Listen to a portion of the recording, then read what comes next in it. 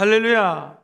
오늘 저는 에베소서 1장 13절에서 14절 말씀을 중심으로 듣고 믿어 성령을 받았으니 라는 제목으로 하나님 말씀 나누겠습니다. 같이 한번 제목을 읽어보실까요? 듣고 믿어 성령을 받았으니. 자, 우리 한번 지난번에 배웠던 것을 짧게 한번 복습해 보겠습니다. 이 에베소에 있는 성도님들에게 사도 바울이 편지를 씁니다. 자, 어디서 썼을까요? 1번 부엌에서 글을 썼습니다. 2번 감옥에서 글을 적습니다. 정답, 감옥에서 적었습니다. 그래서 이 글을 옥중서신이라고 표현을 합니다. 1절과 2절에 이제 성도 되신 분들, 하나님의 신령한 복을 받을 수 있는 여러분들에게 내가 글을 적습니다 하고 인사말을 적습니다. 그러면서 3절에 가니 갑자기 하나님을 찬양하리로다 하면서 갑자기 찬송가 버전으로 바뀝니다. 3절부터 6절까지 쭉 한번 따라해 볼까요? 성부 하나님 찬양. 성부 하나님은 신령한 복을 주시는 분입니다 하면서 성부 하나님을 찬양하며 맨 끝에 하나님을 찬양할지로다 하면서 6절이 마무리가 됩니다. 이제 7절부터 12절까지는 성부 하나님의 아들 누구시죠? 성자 예수님을 찬송하리로다 하면서 역시 12절에 찬양드리라 하면서 9절이 마무리됩니다. 오늘 13절과 14절 이제 제3위일체의 세 번째 위격을 갖고 계신 분이 누굽니까? 성령 하나님을 찬양하십시오 라고 하면서 역시 맨 끝에 14절에 성령 하나님께 영광을 찬송하게 하려 하심이라 하면서 글이 마무리됩니다. 야, 참 놀랍구나. 사도 바울은 옥중에서 힘들고 어렵고 퇴폐적이고 우상숭배하고 정말로 경제적으로 풍요했을진 모르지만 마음속에 텅텅텅 비어가고 있는 저 에베소 있는 사람들을 향해서 성부 하나님, 성자 하나님, 성령 하나님을 찬양하십시오 라고 하면서 이 에베소서 1장의 문을 열고 있습니다. 구체적으로 성령 하나님을 어떻게 찬양해야 되는가? 한번 우리 13절 말씀을 천천히 읽어보겠습니다. 13절 시작. 그 안에서 수도. 자, 그 안에서 지난 시간에 공부했던 거 기억나십니까? 그리스도 안에서. 똑같은 말입니다. 한번 따라해 볼까요? 예수님 안에서, 그리스도 안에서. 똑같은 말이에요. 예수님 안에서. 여러분과 제가 성령 받은 거 믿으시면 아멘 해볼까요? 누구 안에서 받은 거예요? 예수 그리스도 안에서 받은 것입니다. 그래서 그 안에서가 또 등장을 하는데 13절 만에 그 안에서가 또 나옵니다. 한번 우리 그 안에서만 주목해서 읽어봅니다. 시작. 그 안에서 너희도 진리의 말씀 곧 너희의 구원의 복음을 듣고 또 나오죠. 그 안에서 또한 믿어 약속의 성령으로 인치심을 받았다. 그 안에서 첫 번째 그 안에서 너희도 진리의 말씀 계속 띄워봐 주세요. 진리의 말씀 곧 너희의 구원의 뭐를 들었어요? 복음을 들었다. 한번 따라볼까요? 듣고. 성경이 있으신 분들은 듣고에다 밑줄을 쫙 치면 좋을 것 같아요. 그 다음에 또 두 번째 그 안에서 하면서 예수님 안에서 또한 어떻게 했어요? 믿어. 이것도 믿어에 밑줄을 하나 쫙 그으면 좋을 것 같아요. 그러니까 듣고 믿어. 그 다음에 약속의 성령을 어떻게 받았어요? 인치심으로 받았다. 이제 좀 화면을 저를 찍혀 보여주시면 좋겠습니다. 아, 그렇구나. 예수 그리스도 안에서 첫 번째 듣고 또 그리스도 안에서 두 번째 어떻게 해요? 믿고 그 다음에 성령의 인치심을 우리가 받았다. 자, 우리가 로마서 10장 17절에 이런 말씀 기억하십니까? 믿음은 들으면서 나고 들으면 그리스도의 말씀이라는 얘기 기억하시죠? 그러니까 성령 임하는 것도 복음, 예수 십자가의 메시지를 먼저 들어야 됩니다. 그 다음에 그것을 내 마음속으로 믿어야 되는 것이죠. 그 다음에 성령이 우리에게 역사하시고 인쳐주시고 도와주신다는 거예요. 그렇다면 오늘 귀 있는 자는 성령이 각 한 사람 한 사람에게 말씀하시는 성령의 음성을 들을지어다. 이게 들으면서 믿음이 나기 때문에 그래요. 듣고 끝나는 것이 아니라 그 복음의 메시지를 어떻게 해야 내 마음속으로 가득 믿어야 됩니다. 이제 어떻게 해요? 성령의 인치심을 받고 성령님과 함께 같이 따라해보죠. 말씀을 따라 살아야 됩니다. 그렇습니다. 오늘 23절의 말씀은 성령 하나님을 찬양하기 전에 먼저 예수 그리스도 안에서 너희가 십자가의 복음, 진리의 말씀, 살아계신 하나님의 메시지를 어떻게 해야 된다? 들어야 된다. 듣고 두 번째 우리 마음속으로 또한 어떻게 돼요? 믿어야 된다. 그 다음에 듣고 믿고 성령을 받아야 된다는 거예요. 지금까지 한 말이 이해되면 아멘 해볼까요? 오늘 설교 끝! 이 메시지가 전부입니다. 하나님의 말씀을 듣고 내 영혼이 간절히 바람으로 이 말씀을 가슴속으로 믿은다면요, 성령과 함께 예수 믿는 자답게 삶으로 하나님의 말씀을 증거해야 된다는 것입니다. 한번 이런 예를 들어보겠습니다. 미국의 루즈벨트 대통령이라고 하는 유명한 대통령이 있었죠. 이 보좌관이 한 번은 회의에 참석했는데 그날따라 전 세계 리더십이 다 모였습니다. 1945년도 일이었는데요. 영국의 처칠 수장, 스탈린, 루즈벨트 모든 리더십들이 잘 나가는 사람들이 다 모였습니다. 그때 얼른 이 소련의 1루피아라고 하는 종이 돈에다가 먼저 이 소련의 리더였던 스탈린의 사인을 받습니다. 그 다음에 영국 처칠 수상의 사인을 받습니다. 그 다음 미국 대통령 루즈벨트의 사인을 받습니다. 이 소련 돈은 한 $10, 오늘 아침에 한 $10,000 정도 되는 그냥 그런 종이돈이었습니다. 시간이 지났습니다. 1981년도, 그러니까 약 한 30몇 년이 지난 다음에 이 종이가, 이 돈이 팔리게 되었습니다. 질문 드리겠습니다. 한 $10,000짜리가 얼마에 팔렸을까요? 500배가 넘은 가격으로 팔렸다는 것입니다.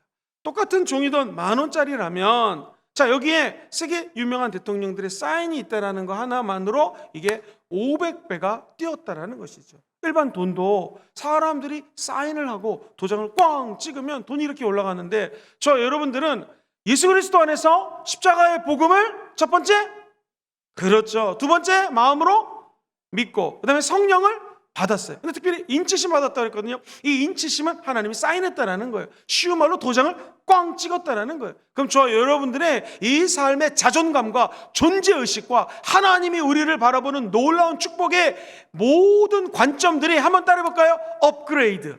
완전 업그레이드된 정도가 아니라 점프해가지고 엄청난 사람으로 변화되었다는 거예요. 여러분, 이 메시지를 듣고 우리 마음속에 믿게 되기를 주의 이름으로 축원드립니다. 그래서 이사야서 43장 1절에는 이런 말이 나오죠. 너는 내 것이다. You are mine이라고 영어 성경에 적혀져 있습니다. 내가 너를 지명하여 불렀고 내 것이라고 도장을 꽉 찍었다는 것입니다. 이 말씀을 듣고 믿으면 우리는 하나님의 것이 된다는 것이죠. 신약성경 고린도 후서 1장 12절 22절 말씀 같이 한번 읽어보겠습니다. 시작. 그가 또한 우리에게 인치시고 보증으로 우리 마음에 뭘 주셨어요? 성령을 주셨습니다. 사랑하는 성도님들, 오늘 성령을 받으시기를 주의 이름으로 축원드립니다. 그런 보증을 받게 되고요, 천국과는 은혜의 세계가 활짝 열렸다라는 것이죠. 그렇다면은 성령님은 이 땅에 오셨을 뿐만 아니라 우리 마음속에 들어와 계십니다. 그 성령님의 은혜를 어떻게 받아야 될까요?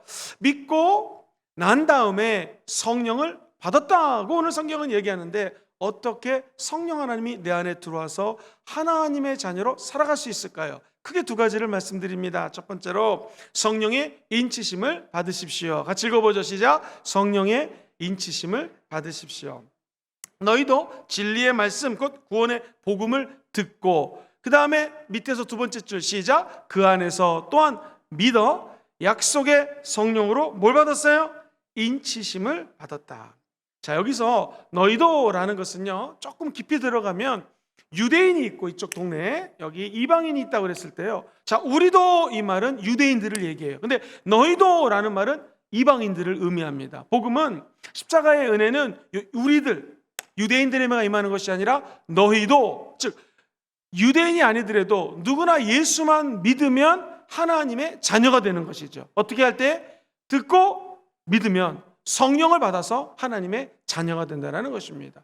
오늘 성경은 이야기합니다. 복음은 다른 곳에서는 저를 한번 따라해 보시죠. 주의 말씀, 하나님의 말씀, 그리스도의 말씀, 생명의 말씀, 예수님의 말씀, 성령의 말씀, 다 똑같은 말이에요. 성부, 성사, 성령님이 예수 십자가 중심으로 하셨던 말씀을 내 안에 받아만 들으면 그때 성령님이 임한다는 것입니다. 다르게 표현하면 예수의 피 묻은 십자가의 메시지. 시작. 예수님의 피 묻은 십자가의 메시지예요. 십자가에서 우리를 위해서 죽으시면서 그가 외쳤던 엘리 라바라바 사박다니, 나의 하나님 어찌하여 나를 버리시나이까. 그러나 그의 기도는 바뀌죠. 내가 다 이루었다. 여러분들에게 구원이라고 하는 은혜를 하나님의 아들 예수님이 십자가에서 다 이루셨습니다. 오늘 아파서 병 치료받기 위해서 오신 분들은 예수님이 십자가에서 죽으시면서 저 여러분들에게 메시지를 남기셨어요. 내가 그 병을 정복했다.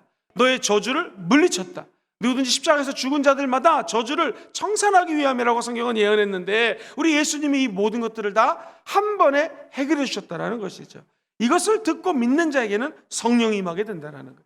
자, 성령님은 우리에게 약속하시는 분이십니다. 같이 읽어보죠. 시작. 성령님은 우리에게, 그러니까 성령 받으세요. 이 말은 성령님이 우리에게 주셨던 약속을 받으라는 거예요. 요엘 선지자는요 2장 28절 이하 이렇게 얘기합니다. 그 이후에 내가 내 영을 만민에게 부어주리니 너희 자녀들은 장래일을 말할 것이요, 예언한다는 것이죠. 너희 늙은이들은 꿈을 꾸고 너희 젊은이들은 뭐를 봐요? 이상을 볼 것이다. 이게 이미 요엘서에서 하나님의 영으로 우리에게 부어준 약속이에요. 이 약속이 어떻게 임했습니까? 실제로 시간이 지나서 예수님이 이 땅에 오셔서 십자가에 죽고 부활하셨습니다. 40일 동안 게바와 제자들에게 나타나셨습니다. 그리고 감람산에서 승천하셨습니다. 너희들이 올라감을 본즉 내가 다시 이 땅에 성령으로 임할 것이다. 너희들은 예루살렘을 떠나지 말고 아버지의 약속하신 것 성령이 임할 때까지 기다리라. 여쭤봅니다. 아버지의 약속하신 것이 뭐예요? 성령님이, 성령 임할 때까지 너희들은 모여서 기도해라. 500명이 봤는데 실제로 마가다락방에서 몇 사람이 모여 기도했습니까? 120명이 모여서 기도하자 성령이 임했습니다. 그 장면을 요엘서 2장에서 이렇게 얘기하는 거예요. 자녀들은 예언할 것이요, 청년들은 환상을 보고 아비들은 꿈을 꾸고 이상을 볼 것이다. 할렐루야. 이 약속의 말씀이 재현된 것이 마가다락방 사건이라는 것입니다. 그렇다면 오늘날 저와 여러분들이 살고 있는 이 시대는 성령 하나님의 시대입니다. 성령님은 지금도 끊임없이 약속을 하고 계십니다. 성령이 언제 임하는가? 하나님의 말씀 언약을 따라 임합니다. 그리고 성령님이 저 여러분에게 지난 21일 동안 하나님께서 주신 말씀이 있고 은혜가 있으면 이것을 믿고 마음속으로 믿을 뿐만 아니라 입술로 시인하고 마음속으로 전심으로 고백하는 자에게는 그 성령이 하신 약속이 이루어진다는 거예요. 우리 한 교구의 원리더님이 단일 말씀 양육 동안에 은혜를 받고 기도하기를, 우리 교구에 새 신자가 왔으면 좋겠다라고 간절히 기도했는데, 하나님이 왜 은혜입니까? 두 번째 홈커밍 주에 하나님이 예수를 잘 믿는 새 가족을 보내주셨다는 거예요. 할렐루야. 저 여러분들이 성령이 말하게 하심을 따라, 성령이 주시는 꿈을 따라 말하고 꿈꾸고 믿고 선포하면 그대로 되는 것이죠. 그것이 성령이 우리에게 주신 약속이라는 것입니다. 오순절 이후 저와 여러분들이 살고 있는 이 시대는 성령 하나님의 시대입니다. 자, 예를 들어 보겠습니다. 우리 예수님 말씀하셔요. 내가 아버지께로 가는 것이 너희들에게는 유익이다. 왜냐하면 내가 아버지께로 가면 너희에게 보혜사 성령을 보내주시리니 그가 의에 대해서, 진리에 대해서, 심판에 대해서 말씀하실 것이라고 이야기하십니다. 그리고 실제로 예수님은 약속하신 보혜사 성령님을 저와 여러분들에게 부어주신 것이죠. 요한복음 16장 33절에 보면 예수님이 이렇게 말씀하세요. 너희 세상에서는 너희가 환난을 당하지만 담대하라, 내가 세상을. 자, 우리 예수님은 십자가에서 죽고 제자들마저 예수님이 메시아인 줄 알고 구세주인 줄 알았는데 인간으로 오셨고 저렇게 처절하게 십자가에서 죽고 말았네. 그리고 예수님을 다 떠나버렸습니다. 자, 이 말씀이 어떻게 이루어지겠어요? 내가 세상에서 환난을 왕창 당하고 있는데 담대하라? 예수님이 세상을 이겼다? 이게 어떻게 이루어집니까? 이루어질 수가 없잖아요. 지금 우리는 성령의 시대에 살고 있는 저와 여러분들은 예수님을 육신으로서 만날 수 없어요. 볼 수 없어요. 그러나 기억하십시오. 성령님은 보이지 않게 우리 영혼 속에 임했다라는 것이죠. 그 성령님이 저와 여러분들에게 계속해서 말씀하는 거예요. 내가 너를 지명하여 불렀나니, 성경 이사야의 말씀, 너는 내 것이라. 물 가운데 다닐지라도 불 가운데 다닐지라도 너희가 너를 돌봐주고 은혜를 줄 것이고 그 환난을 벗어나게 할 것이다 말씀해 주시는 거예요. 그러니까 예수님이 너희들이 세상에서 환난을 당하나 담대하라, 내가 세상을 이겨노라, 이 말씀을 우리 성령 하나님이 저와 여러분들 안에 들어와서 계속 환난을 당하고 어려움을 당하지만 성령님이 그 환난과 함께 하심으로 승리할 수 있는 능력을 따라해 보세요. 그리스도의 영. 그래서 in Christ, 그리스도 안에서, and 그리스도, 예수 그리스도 안에서 저 여러분들이 복음을 듣고 믿어서 성령을 받았다라는 거예요. 그 예수의 영이 지금도 약속을 따라 지속적으로 역사해 주십니다. 지금 우리 아들이 딸이 말을 안 듣고 힘들게 해도 성령께 약속을 받으면 성령은 그 약속을 따라 우리 자녀들을 고쳐주십니다. 데이비드 시멘스라고 하는 분이 유명한 분인데 책을 적었습니다. 이 책에 보면 한 사람이 심장 절개 수술을 하게 됐습니다. 아마 여자 성도였던 것 같아요. 그런데 간호사가 정말 지극정성으로 돌봐줍니다. 사랑하는 아부개님, 지금부터 심장 절개 수술을 하는데 환각할 수 있도록 마취제가 들어오고 심장을 열어서 수술합니다. 그러나 6시간 정도 시간이 지나고 나면 점점 마취에서 깰 텐데 당신이 소리도 들릴 거고 환각 속에서 여러 가지 의사 선생님이 하는 얘기도 들릴 건데 조금 더 동요하지 말 것은 내가 계속해서 당신 옆에 있을 거고 손을 꼭 잡아줄 테니까 걱정하지 마십시오. 수술 시작됐습니다. 근데 이분이 소리도 들리고 다 모든 것 알겠는데 몸을 움직이지 못하겠다고 하는 간호사 선생님 말씀처럼 몸을 못 움직입니다. 그리고 한 6시간 뒤에 깨어났는데 지속적으로 우리 간호사님이 내 손을 잡고 있는 것을 느낄 수가 있었고 체험할 수가 있었고 약속한 그대로 몇 시간이 지나니까 마취가 깼고 수술이 잘 맞춰졌다고 하는 이야기를 듣게 됩니다. 사랑하는 성도들 마찬가지입니다. 이 땅에서 우리가 수술을 한다. 얼마나 힘들겠습니까? 사람 몸을 째고 심장을 갖다가 고친다. 어떤 수술을 한다. 힘들겠죠. 성령님은 어떤 분이신가? 약속을 따라 세상에서 환난을 당하고 아픔을 당하고 고난을 당하지만 저와 여러분들의 손을 꼭 잡아주시는 분이 성령님이라는 것입니다. 성령님은 어떤 분이신가? 성령 하나님은 저와 여러분들에게 마땅히 기도할 바를 알지 못하지만 성령 하나님이 우리 안에 들어와서 말할 수 없는 탄식으로 대신 기도해 주시는 분이 성령님이십니다. 우리가 다 연약합니다. 그래서 어떻게 살아야 될지를 몰라요. 그러나 성령님은 우리의 연약함을 도와주십니다. 이게 헬라어 원어로는요, 성령님이 저와 여러분들에게 손을 붙잡아 주신다는 거예요. 우리 아이들 키울 때 아이들 넘어지면 엄마 아빠가 달려가서 손을 붙잡아 이렇게 세워주듯이 이 땅에서 우리도 넘어집니다. 우리도 연약해서 수술 받습니다. 우리도 연약해서 자빠지죠. 그러나 성령님은 약속을 따라 저와 여러분들의 손을 붙잡아 주시고 일으켜 세워주신다는 거예요. 누구든지 회개하고 마음을 샥 바꿔가지고 예수를 그리스도로 영접하신 분들은 아멘 해볼까요? 이제 성령이 하나님의 말씀의 약속을 따라 저와 여러분들에게 도움을 베풀어 주신다는 거예요. 자, 이 표현을 오늘 본문에서는요, 두 번째로 성령은 인쳐 주신다라고 표현을 하고 있습니다. 같이 한번 읽어보죠. 시작. 성령님은 우리에게 인을 쳐 주십니다. 먼저 한번 13절 읽고 제가 설명을 다시 한번 드리겠습니다. 오늘 13절이 아주 중요합니다. 시작. 그 안에서 너희도 진리의 말씀 곧 너희의 구원의 복음을 듣고 그 안에서 또한 믿어 약속의 성령으로 어떻게 했어요? 인치심을 받았어요. 이게 굉장히 중요합니다. 여러분, 그 당시 해상 무역이 활발했던 에베소 지역에서는 사람들이 이 인친다라는 말이 굉장히 익숙했어요. 우리가 좀 익숙하지 않죠. 자, 이겁니다.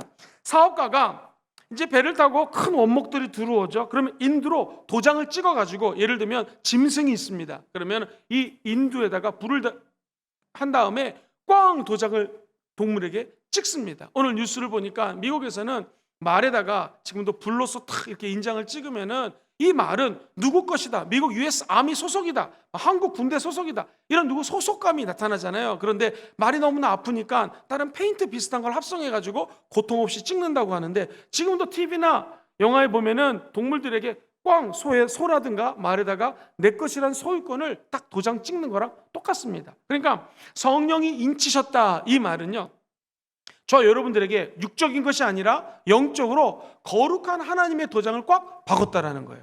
예를 들어 보겠습니다. 김정호님의 추사체, 이게 굉장히 비싸잖아요. 지금 살 수가 없잖아요. 근데 이게 진짜인지 가짜인지 어떻게 구분합니까? 김정희라고 하는 유명한 추사체를 만든 서예가의 낙관 기억하시죠? 도장이 꽝 찍혀져 있으면 아, 이거 맞구나 하면서 진품이면 내가 이것을 비싼 가격 가지고 살 수밖에 없는 거죠. 똑같습니다. 저 여러분들은 비록 환난을 당하고 연약하고 넘어지는 존재지만 성령님이 도장을 꽉 찍었다라는 거예요. 이제 저와 여러분들은 누구 거예요? 하나님 것이라는 것이죠.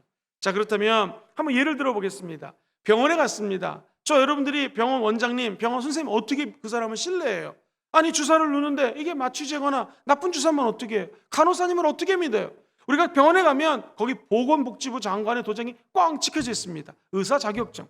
약국 가서 약 주세요. 근데 약사인지 아닌지 어떻게 알아요? 보건복지부 장관의 도장이 찍혀져 있습니다. 암흑의 몇 년생 도장 꽉 약사임을 증명합니다. 그러면 그 약국이 진짜 약국이고 이게 진짜 병원인지를 아는 것처럼 저 여러분들도 하나님이 도장을 꽉 찍어가지고 얘는 진짜 내 것이고 내가 증명하고 보증한다는 것이 바로 이 말씀입니다.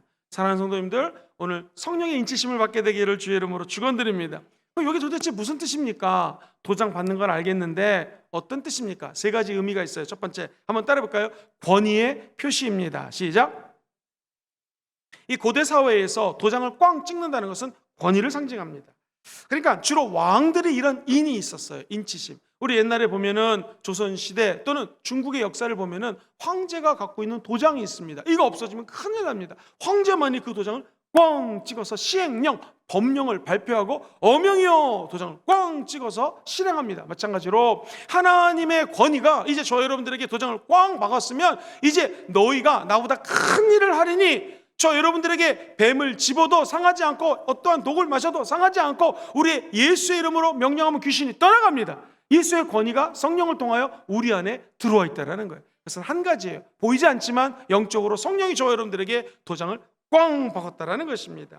우리가 성령으로 인치셨다는 것은 하나님이 저 여러분들에게 권위를 주셨다는 거예요. 두 가지 권위가 있습니다. 첫 번째, 하나님 자녀되는 권세 주셨습니다. 요한복음 1장 12절 너무나 유명하죠. 시작. 영접하는 자, 곧 그 이름을 믿는 자들에게는 하나님의 자녀가 되는 뭘 줬어요? 권세를 주셨습니다. 저 여러분들은요 보통 사람이 아니에요. 하나님의 자녀 되는 권세가 있습니다. 비유를 들어드리겠습니다. 실제로 있었던 일인데 스코틀랜드의 한 숲속에서 경찰관이 다니다가 개를 한 마리 발견했어요. 첫 번째, 개가 늙었습니다. 개가 너무나 엉망이고 더럽습니다. 그리고 힘도 하나도 없습니다. 아이고 이거 참 불쌍한 개구나 해갖고 이제 잡아다가 어떻게 할까 했는데 깜짝 놀랐어요. 목걸이가 있더랍니다. 목걸이 딱 보니 이렇게 적혀져 있어요. 이 개는 영국 왕궁에 속한 개입니다 라고 도장이 꽝 찍혀져 있더래요. 깜짝 놀래가지고 얘를 씻기고 그 다음에 먹을 것을 주고 회복시켜가지고 이게 영국 왕궁에 속한 거니까 영국 왕궁으로 가져갑니다. 마침 이 왕자하고 영국의 이 황제가 영국의 리더 왕이 산책 갔다가 개를 잊어버린 거예요. 잃어버렸던 개를 찾았다고 좋아하면서 이 경찰관에게 상을 줬을까요? 안 줬을까요? 엄청난 상을 줬다라는 이야기입니다. 사랑하는 성도님들, 이 개도요 왕실에 속했다라는 거 하나 때문에 세상에 개가 무슨 권위가 있겠습니까? 개가 무슨 능력이 있겠습니까? 근데 그 소속이 왕실 소속이라는 것 때문에 경찰관으로부터 먹는 것을 공급받고 돌봄을 공급받고 결국 자기 주인을 찾아갈 수 있도록 경찰관이 도왔던 것처럼 저 여러분들의 소속은 이제 하나님의 자녀가 되었다라는 거예요. 저 여러분들은 이제 하나님의 자녀로서의 권세가 있다라는 거예요.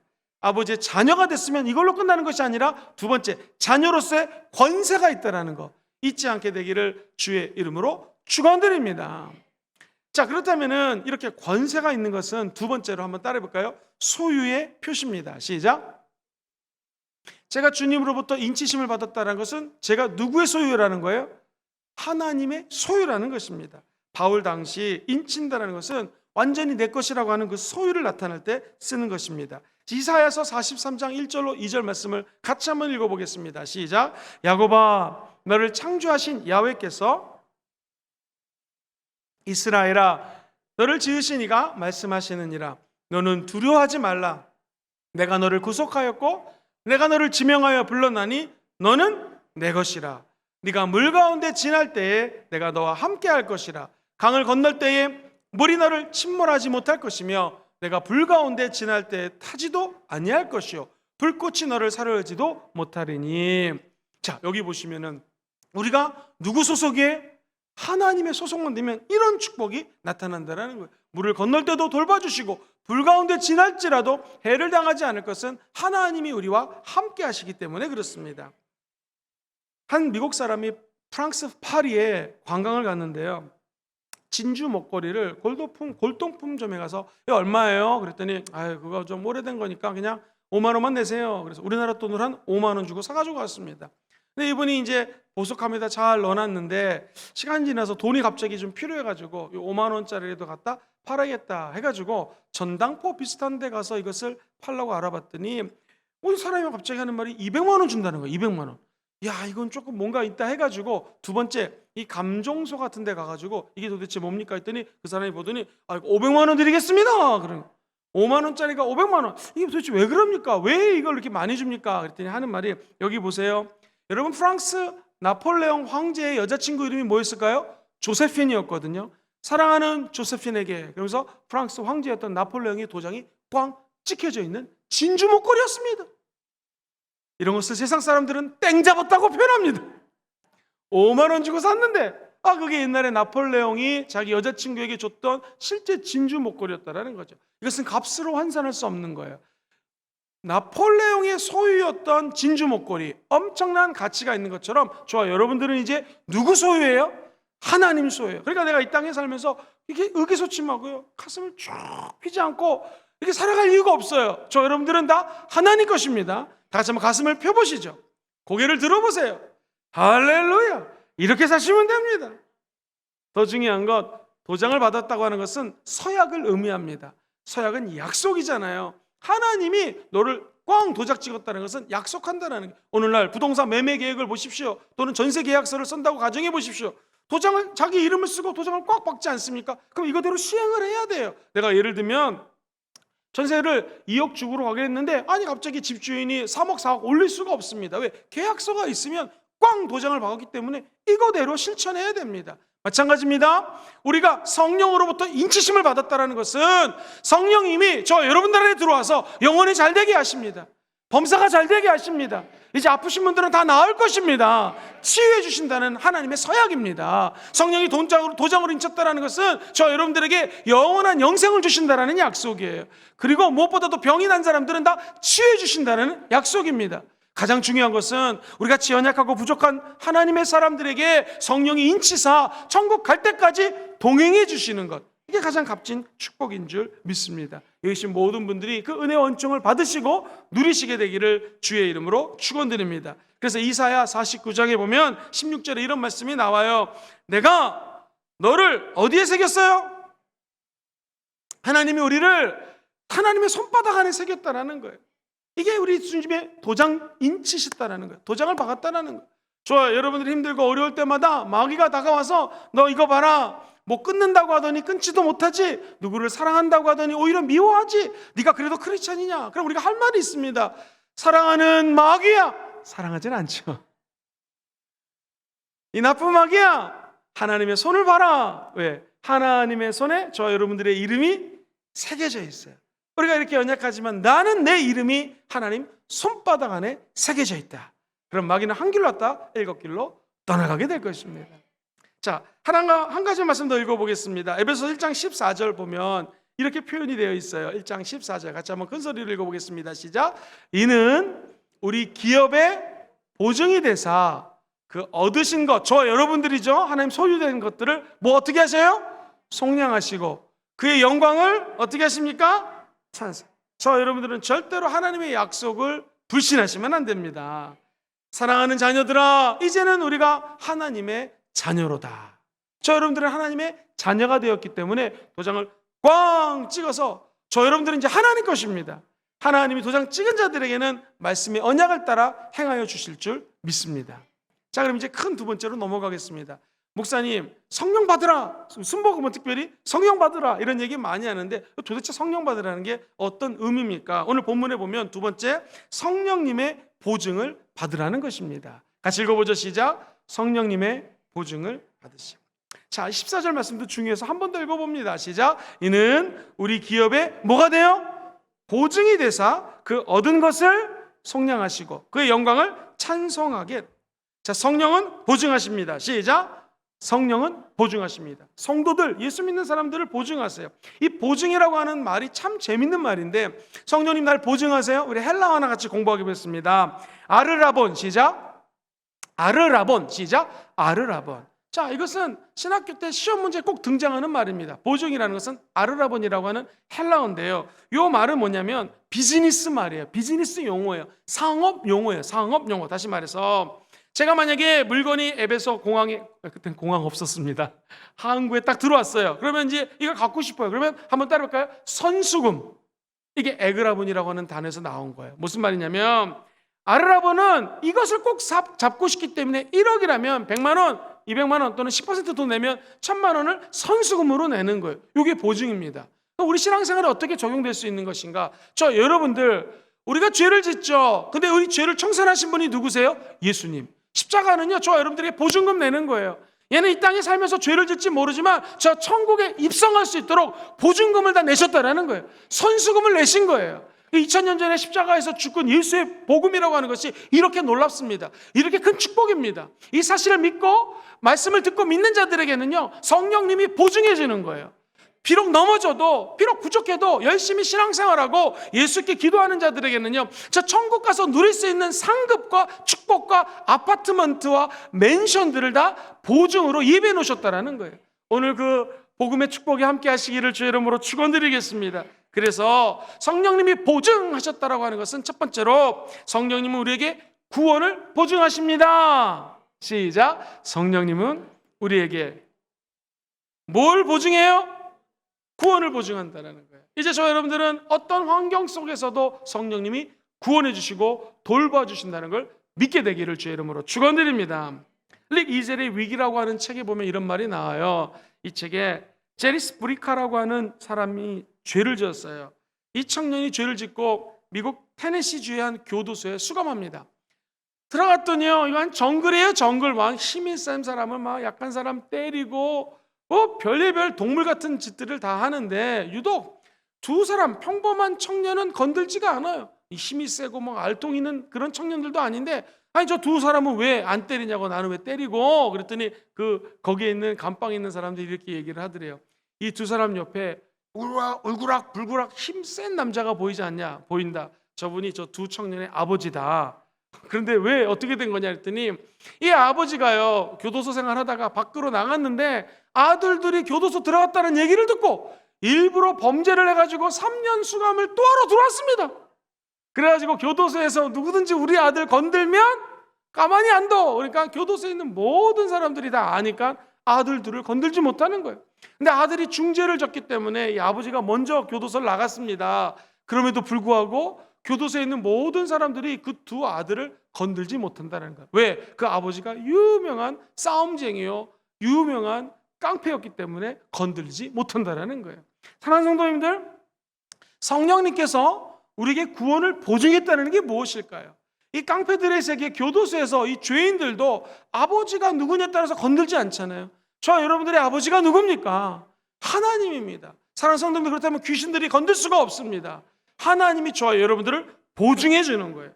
거룩한 하나님은 이 죄 많은 세상, 교도소보다 더 더럽고 추악한 이 세상에 뛰어들으셨습니다. 그리고 하나님이신 예수님이 십자가에서 죽고 부활하셨습니다. 왜? 저와 여러분들을 보증하기 위해서.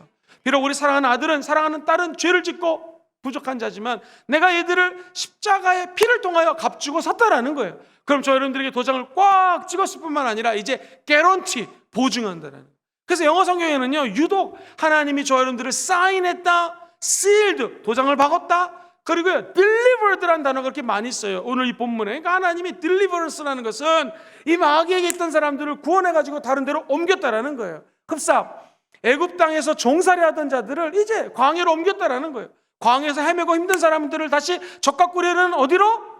가나안 땅으로 옮겼다라는 거예요. 이 delivered라는 말씀이거든요. 이제 우리가 보증됐다라는 것은 하나님이 세상에 살지 않고 몸은 세상에 있지만 천국 백성으로 옮겨주셨다라는 거예요. 하나님의 사람으로 보증시켜줬다라는 거예요.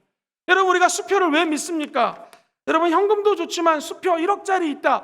현금 5만 원. 자, 수표 1억하고 현금 5만 원. 누구 어느 거 같겠습니까? 답해 주셔서 감사합니다. 우리 순복음금종교가 전 세계에서 답을 제일 잘하십니다. 수표 1억이 좋죠. 근데 왜 수표를 어떻게 믿어요? 5만 원은 진짜 현금이니까 믿겠는데 거기에 그 은행장에 도장이 꽝 찍혀 있으면 진짜 수표인 거죠. 믿을 수 있는 거예요. 저 여러분들이 보증이 된다는 거예요. 저 여러분들이 이제 5만 원짜리 인생이 아닙니다. 매덕 몇천억짜리 값으로 비교하자면 이런 인생을 살게 되었습니다. 그 이유는 한 가지, 예수 십자가의 은혜 때문인 줄 믿습니다. 그래서 예수를 오래 믿었지만 제가 구원받았는지 잘 모르겠는데 하는 분은요, 정확히 얘기하면 구원파처럼 언제 어디서 몇 시에 어떻게 8단계 10단계 이런 걸 통해서 구원받는 것이 아니라 사도행전 19장 2절에 보면 같이 한번 읽어볼까요? 시작. 너희가 믿을 때에 성령을 받았느냐, 이거 생각해 봐야 됩니다. 성령이 임하면 성령이 우리를 보증한다고 그랬잖아요. 도장 찍었다고 그랬잖아요. 그렇다면 구원의 확신이 왜 없겠습니까? 내 안에 성령이 임하지 않으면 구원을 받았는지 안 받았는지 모르는 거예요. 때로는 구원받은 것 같고, 어쨌든 10원 받은 것 같고, 어쨌든 8원 받은 것 같고. 아닙니다. 구원받았습니다. 할렐루야. 흔들리시면 안 됩니다. 우리 보증이 되시는 성령이 우리 안에 거해야 된다는. 목사님, 그럼 어떻게 하면 내가 성령으로 거듭날까요? 한번 따라 해볼까요? 말씀으로, 기도로, 찬양으로, 성령으로 역사함을 받으려면 기도하셔야 됩니다. 말씀을 들으셔야 됩니다. 아까 배우셨죠? 듣고 믿어야 됩니다. 하나님의 말씀을 따라 기도하시면 성령의 인치심과 보증하심을 여러분들이 체험하게 될 것입니다. 아하, 말씀, 찬양, 기도, 이거 어디서 하는 것입니까? 교회에서 하는 거예요. 언제 합니까? 예배 때 하는 것입니다. 그래서 예배가 중요한 거예요. 예배를 드릴 때마다 성령님의 보증하심을 감동받으시고 은혜 받으시고 때로는 눈물이 흐르고 때로는 기쁨이 넘치고 그래서 하나님께 진정한 감사와 찬양을 올려드리는 하나님의 제사장들 되시기를 주의 이름으로 축원드립니다. 그렇게 따지자면 하나님이 루아흐라고 흙을 만들어 놓고 생기를 집어넣었다고 그랬잖아요. 그러자 갑자기 생명이 되었어요. 그렇게 따지면 저 여러분들은요, 내가 믿어야지 해서 믿은 것이 아니라 믿어진 거예요. 저 여러분들이 이 자리에 있는 것은 내가 오늘 억지로 교회 가야지 봉사하니까 가야 돼가 아니라 하나님이 은혜 가운데 이 자리로 밀어넣어 주신 거예요. 이것이 우리가 성령 믿는 자들의 축복이요 삶에 함께 하시는 은혜인 줄 믿습니다. 에베소서 4장 30절에는 아예 이렇게 얘기를 해요. 같이 읽어보겠습니다. 시작! 하나님의 성령을 근심하게 하지 말라. 그 안에서 너희가 구원의 날까지 뭘 받았어요? 인치심을 받았다는 거예요. 너무 멋있지 않습니까? 여러분, 성령님을 근심하게 하지 마십시오. 성령님은 이미 인치심을 주셨습니다. 그리고 우리 30절 보면 후반부에도 이런 말이 나옵니다. 혹시 한번 띄워봐 주시겠습니까? 30절 한 번 더 읽어볼게요. 시작! 제가 읽어봐 드리겠습니다. 저 여러분들이 구원으로 인치심을 받았어요. 뒤에 보면 저와 여러분들이 구원받은 것을 보증하기 위해서 저와 여러분들에게 하나님의 영 성령을 부어주셨다라는 거예요.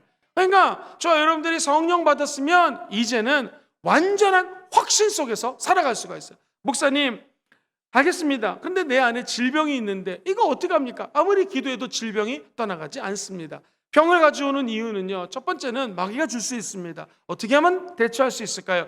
예수 이름으로 쫓아내면 마귀는 떠나갑니다. 두 번째는요, 질병이 오는 경우는 내가 내 몸을 잘 관리하지 못했을 때 질병이 올 수 있습니다. 어떻게 하면 됩니까? 다시 기도하고 다시 내 몸을 잘 관리해서 회복할 수가 있습니다. 그런데 문제는 뭐냐면 기도해도 안 나올 수 있어요. 사도 바울은 간질병이었는지 눈이 안 좋았는지 무슨 질병이 있는지 몸에 가시를 없애달라고 3번이나 기도했는데 하나님이 두셨어요. 그냥 이러면서 말씀하시기를 나의 은혜가 너에게 족하노라. sufficient라는 단어를 썼거든요. 영어에는요. 이건 내가 예비한 은혜가 너에게 충분하다는 거예요. 그러니까 네가 갖고 있는 이 질병보다도 너에게 줬던 은혜가 더 크니까 하나님 아파요. 이 질병 오지 말고 그동안 베풀었던 은혜와 축복과 감사할 리스트를 먼저 바라보라는 거예요. 그래서 사도 바울은 고백할 수가 있었습니다. 약할 때 강함 주시는 하나님을 찬양합니다. 내 약함이 요만큼이라면 하나님 주셨던 강함, 하나님 주셨던 은혜, 하나님 주셨던 축복, 하나님 나에게 도장 꽝 찍어주신 거, 하나님 나에게 보증해 주셨던 놀라운 은총들은 너무나 많기 때문에 내가 약할 때 저 은총이 다 내 것이라는 것이죠.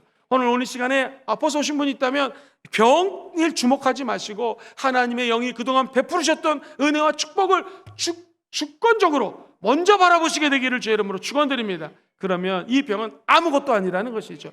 결국 믿음이 이기네, 믿음이 이기네, 믿음이 이기는 것입니다. 하나님의 말씀을 듣고 믿으면 이 고난과 질병과 환난과 어둠을 이겨낼 수가 있는 것입니다. 실제로 있었던 일입니다. 초대교회 가면요, 저도 아직 성지순례 안 가서 성지순례 가는 게 이제 기도 제목인데, 성지순례 가면 카타콤이라는 데를 꼭 갑니다. 그러면 저 카타콤이 지금 저렇게 막 불을 환하게 했지만 옛날에는요, 크리스찬들이 저기다가 막 동굴 속에서 미로처럼 해놓고 사는 거예요.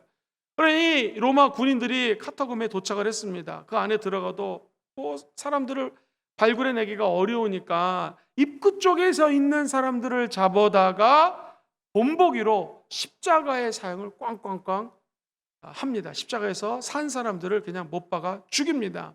이제 밤이 되니까 이 엄마 아빠가 십자가에서 죽어가잖아요. 애들이 나와가지고 귀여워가지고 엄마 어떻게 하면 좋아? 아빠 어떻게 하면 좋아? 라고 할 때에 그 얘기를 지금도 적어서 기록이 되어서 내려오는 것이 있습니다. 제가 읽어드릴게요. 엄마 아빠가 하는 말입니다. 얘들아, 예수 믿는 것은 참으로 영광스러운 일이다. 저 십자가에서 하는 말들이에요. 너희들은 무슨 일이 있어도 믿음을 버리지 말아라. 예수께서 사망 권세를 깨뜨리시고 부활하신 것처럼 우리도 부활할 거다. 얘들아, 하나님 나라에서 다시 만나자 하면서 생명을 달리했습니다. 자, 자녀들 어떻게 됐을까요? 엄마 아빠의 이 죽는 모습을 보고 마지막 유언을 보고 끝까지 믿음을 지켰다라는 것입니다. 사랑하는 성도님들, 우리가 죽으면 뭘 남길 수 있겠습니까? 자녀들에게 어떤 유언을 할 수 있을까요? 우리가 하나님으로부터 보증받은 이 은혜를 우리 자녀들에게도 삶으로, 생명으로 전수해 주시기를 주의 이름으로 축원드립니다. 그리고 우리도 이 십자가에서 죽었던 초대교회 성도들처럼 먼 훗날 언젠가는 천국 가겠죠. 확신 속에서 하나님의 영이 내 안에 거하심으로 나는 천국에 갑니다. 할렐루야. 그러므로 내가 죽거든 이제 가면 언제 오나, 이런 노래 틀지 말고 장례 찬양도 부르지 말고 할렐루야 할렐루야 메시아, 핸델의 메시아라고 하는 찬양을 틀어달라고 고백했던 고 이화여자대학교 총장님처럼 저 여러분들이 하나님의 보증으로 천국의 확신 속에 들어가시기를 주의 이름으로 축원드립니다. 마지막으로 성령이 보증됐다는 것은 성령님은 저 여러분들에게 풍성한 삶을 보증하십니다. 같이 읽어보죠. 시작. 성령님은 우리에게 풍성한 삶을 어떻게 해요? 보증.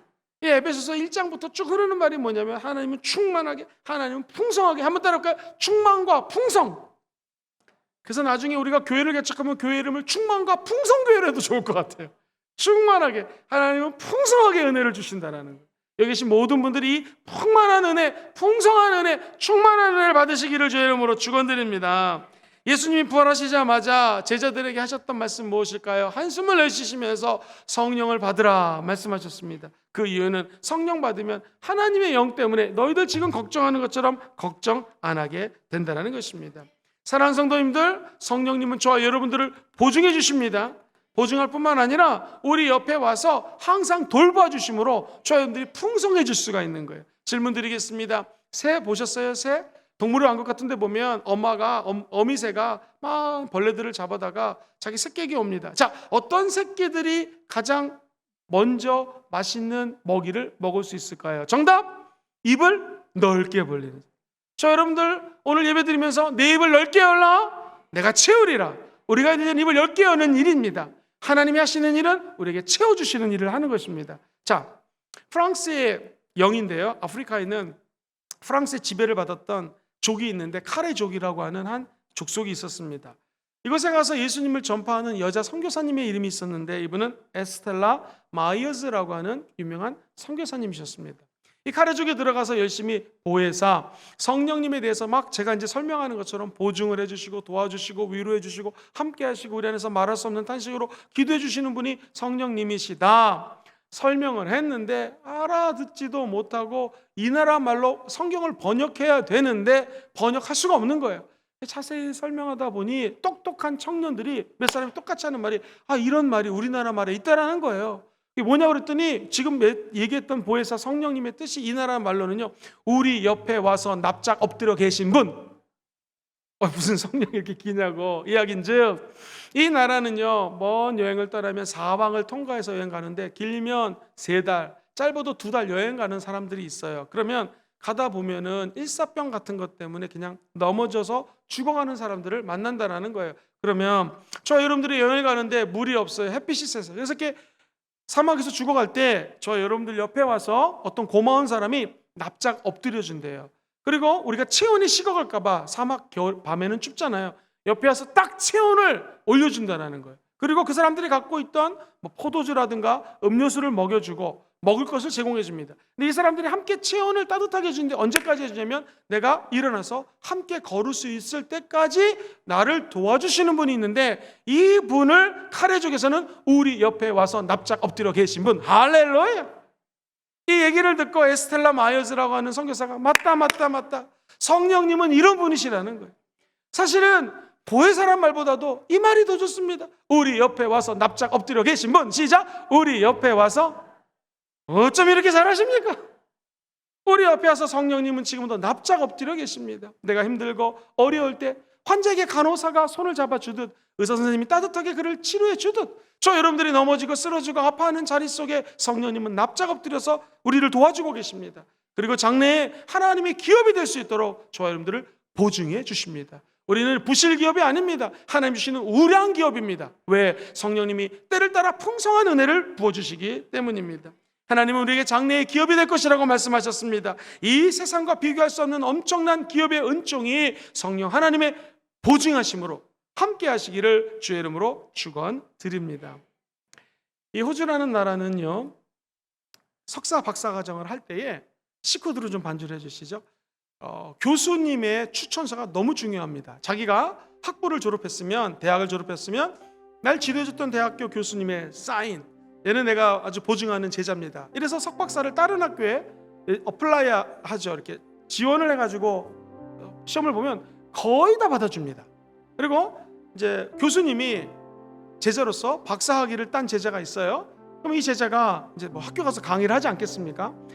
그러다가 얘는 정말 좋은 애다. 그래서 다시 유학을 보내주고 싶어요. 그러면 그 스승 밑에 배웠던 제자가, 선생님, 교수님, 내가 이제 학교에서 강의하고 있는데 얘 정말 마음에 듭니다. 이 학생을 좀 박사과정으로 받아주시오. 그러면요, 좀 영어가 부족해도, 좀 뭐가 딸려도 박사과정으로 받아주고요, 끝까지 이 사람을 책임져줘요. 그러니까 이만큼 추천서가 되게 중요해요. 이게 보증이거든요.